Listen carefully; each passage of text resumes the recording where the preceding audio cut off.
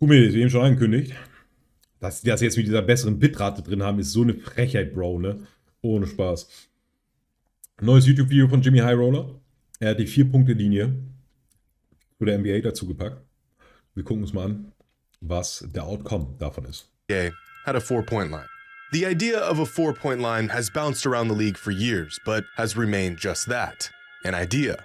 But what if these ill-advised bombs that pose no real advantage actually did? How would a 4-pointer change the game? The way offenses are set up, who would take them, and who would be the best at them? Well, ich sage ganz klar, Steph Curry und Damian Lillard. Weil ich habe letztes Jahr noch eine Statistik gehört, Digga, dass das die beiden sind, die am konstantesten aus Backcourt shooten. Oder einer von den beiden hat sogar, glaube ich, eine bessere Dreier-Percentage von weiter weg als an der Dreierlinie genau dran. Oh, there's 4-Punkt-Linie, blöde Idee, warum? really only one way to find out. So I added one. Ich sage am Ende meine Meinung dazu, ne? Es ist jetzt nicht so, dass ich sage, es ist blöde Idee, dass du sagst, blöde Idee.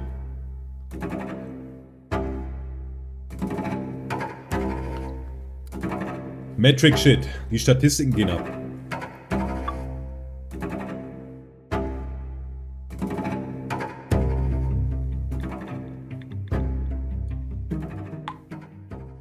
Today's video is sponsored by DraftKings. Es war so klar. Afternoons of why the NFL is here to bet just 5. That's right, and you can aim on your roller instantly.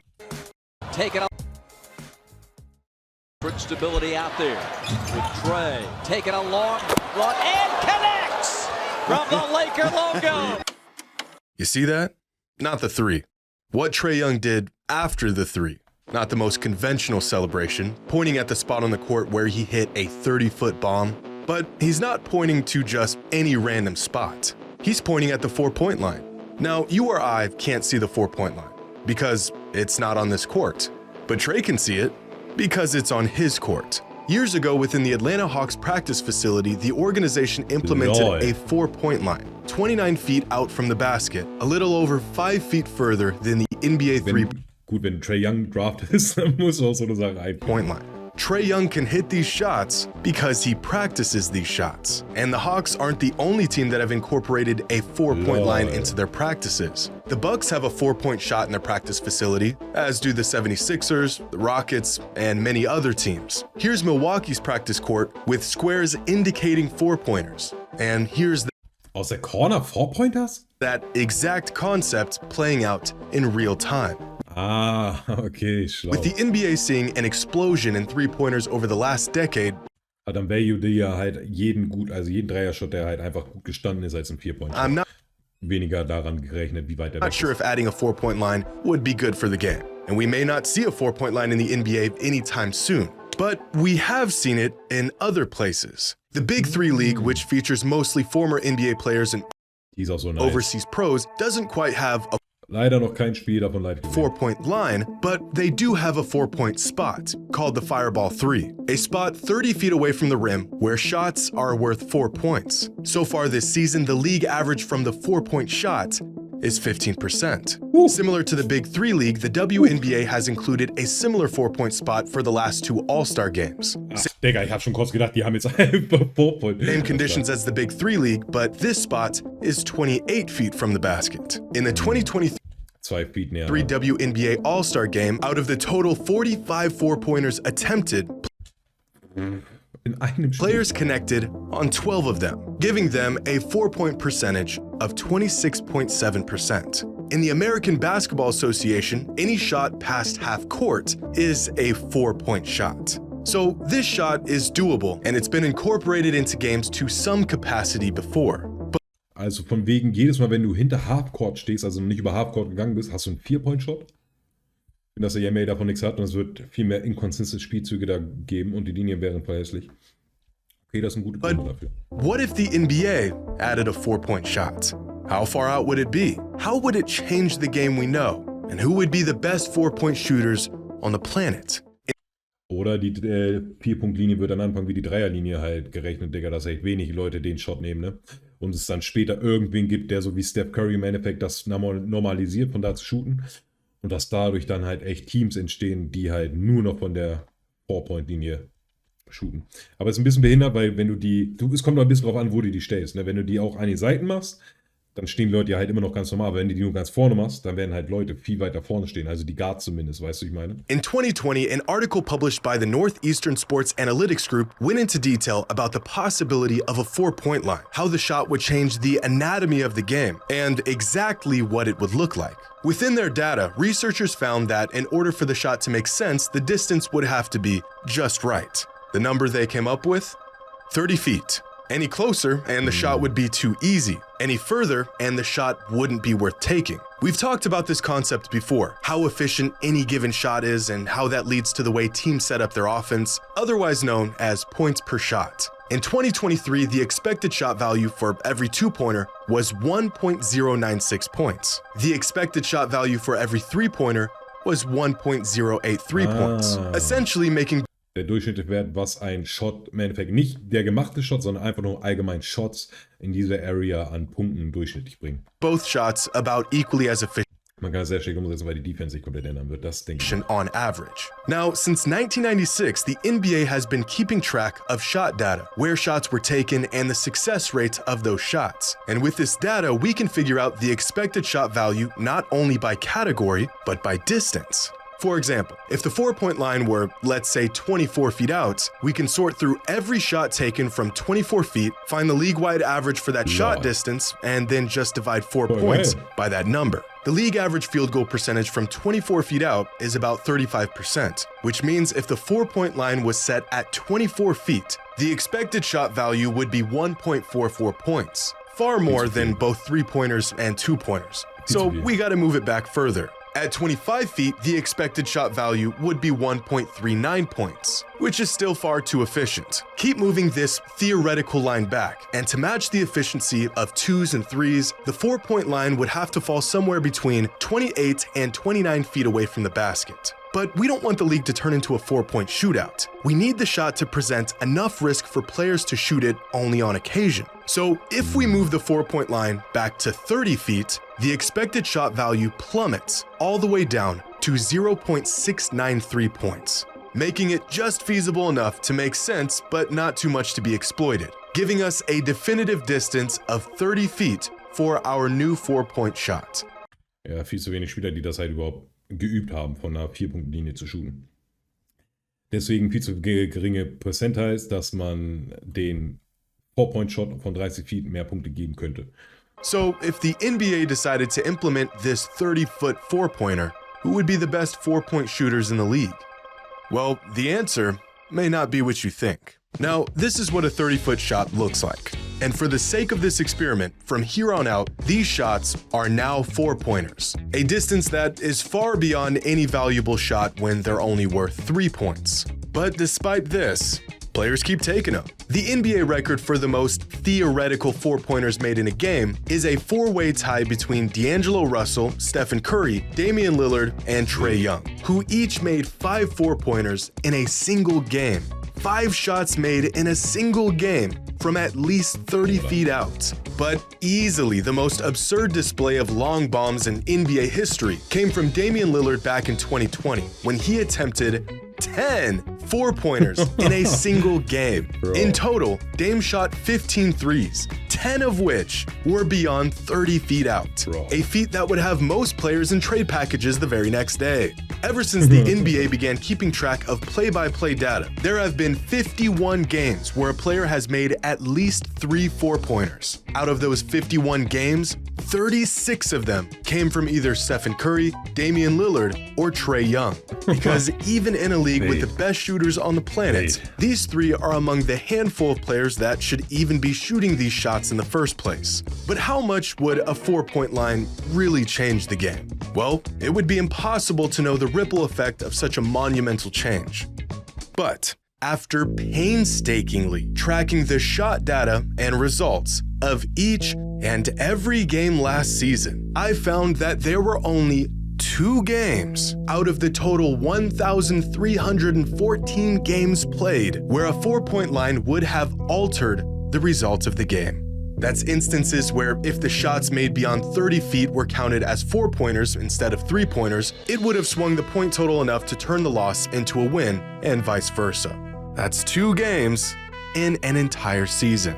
In fact, since 1996, there have been 20 instances where the outcome of a game would have been altered as a direct result of a 4-pointer. Games where a 3-pointer was made to tie the game and send it into overtime. But if the shot was a 4-pointer, it would have outright won the game. So with everything else remaining the same... Ja, aber bei sowas ist dann auch schwierig, ne? Weil du dann auch nicht sagen kannst, ob nicht die Gegner, wenn die gewusst hätten, wenn es eine 4-Punkte-Linie gegeben hätte, dass sie auch anders gespielt hätten. Anstatt den Zweier davor irgendwie einen Dreier genommen hätten oder sowas. Wisst ihr, was ich meine? It's clear that giving an extra point for these bombs wouldn't actually change a whole lot, at least not for those who don't take them. But what about the players who do? Last season alone, across the NBA, there were 2,192 shots taken from at least 30 feet out, which sounds like a lot, but it only made up about 2.6% of all shots taken beyond the 3-point line last season. And of all these now 4-pointers, the league-wide average field goal percentage was just 17.3%. This is a difficult shot. Luka Doncic shot 34 shots from at least 30 feet out last season. He made just 5 of them. Anthony Edwards shot 13, and he made just 1, which would give him a 4-point field goal percentage of 7%. But not all players are abysmal from this distance. Last season, Jordan Poole shot 72 4-pointers and knocked down 32% of them. Diese Unterschiede da drin. Which makes him as deadly from 4-point range as Ja Morant, De'Aaron Fox, and DeMar DeRozan are from 3-point range. And if that doesn't rattle your brain, Darius Garland attempted... Ja Morant hat eine wenigere Dreier-Percentage als DeMar DeRozan? Die nehmen natürlich auch eine komplette andere Frequency an Dreiern, weil DeMar DeRozan gefühlt nicht mal ein im Game, Digga, und Ja Morant 5 oder so. Aber das weht. Rosen are from 3-point range. And if that doesn't rattle your brain, Darius Garland attempted 27 4-pointers last season and knocked down 11 of them, giving him an absurd 4-point shooting percentage of 41%, which is exactly the same as his 3-point percentage. But these numbers are from just last season. If we take a look at tracking data dating back to 1996, here's a chart of the players who shot the most 4-pointers throughout the last 27 seasons. And very quickly, you can see just how uncommon shots from this 4-point distance are. Devin Booker is 42nd all-time in shots attempted from at least 30 feet, and he's only taken 109 in his entire career. Carmelo Anthony was a brick from this range. There's Darius Garland. He's a wizard from 30 feet out. Keep going up the chart, and one thing that jumps out is that being a good 3-point shooter doesn't necessarily make a player a good 4-point shooter. Ray Allen shot 157 4-pointers throughout his career and only hit 5.7% of them, whereas Luka Doncic, a notoriously underwhelming 3-point shooter, shoots 4-pointers well above league average. Ich weiß ja nicht, wie sehr du das damit reinrechnen kannst, weil gerade Ray Allen hat ja noch in einer ganz anderen Zeit gespielt, so wie Kobe Bryant, ne? Dass so eine Shots, dass wahrscheinlich viele von diesen Shots halt einfach Half-Court-Shots sind, die sie am Ende genommen haben, also am Ende der Shotclock so. Das kann ich mir vorstellen, ne? Weil das ist auf jeden Fall ein Unterschied, wenn du einfach Half-Court-Shots hochhiefst am Ende der Shotclocks. Im Gegensatz zu Darius Garland und Luka Doncic, die wahrscheinlich einfach normale Shots da haben. And as we approach the top of this list, the total shot attempts from this range begin to increase almost exponentially. LeBron has attempted 304 4-pointers in his 20-year career. Trae Young has attempted 536 in just 5 seasons. Yeah. But keep going, and you'll find 2 familiar faces topping the all-time 4-point leaderboard. Damian Lillard and Stephen Curry have virtually shot the same amount of 4-pointers throughout their careers. Ein Shot-Unterschied, Digga. 640 zu 639 Shots, Digga. Aber Steph Curry echt 5% oder 4% darunter, ne? Unter den beiden. Aber trotzdem, Bruder, insane numbers. Excellent field goal percentage. But this is just the total amount of 4-pointers players have attempted throughout their careers. What might be more revealing is the rate at which players shoot these long balls. Ja, richtig. Also muss man ja, wenn man das so jetzt anguckt, Darius Garland, der König der 4-Pointer. Aber Trae, Damian Lillard und Steph nehmen die halt einfach viel, viel mehr. And if we take a look at 4-pointers attempted per season, there's one player throughout NBA history who is miles above everyone else. It isn't Steph or Dame. It isn't a historically great scorer like James Harden or Kobe Bryant. It isn't a prolific sharpshooter like Reggie Miller or Klay Thompson. If the 4-point line existed, the player who would undeniably be the greatest 4-point shooter of all time is Trae Young, attempting over 100 4-pointers per season throughout his career. There Der wird auch gechoked, nachdem er über Halfcourt tritt. isn't a single player within Trae Young's galaxy. And the further we dive into the numbers, the more obvious this becomes. With a career shooting percentage of 33% on shots at least 30 feet out, if the 4-point line existed, Trae Young would have an expected shot value of 1.33 points off of 4-pointers, making it the single most valuable shot in basketball outside of uncontested layups. For perspective, in a league with a 4-point line, the best big men in the NBA have a lower points per shot value on contested layups than Trae Young does from 30 feet out, which would make a 30-plus foot bomb by Trae Young more efficient than a defended layup from the reigning MVP. Do you understand how ridiculous that is? And this gap in value only...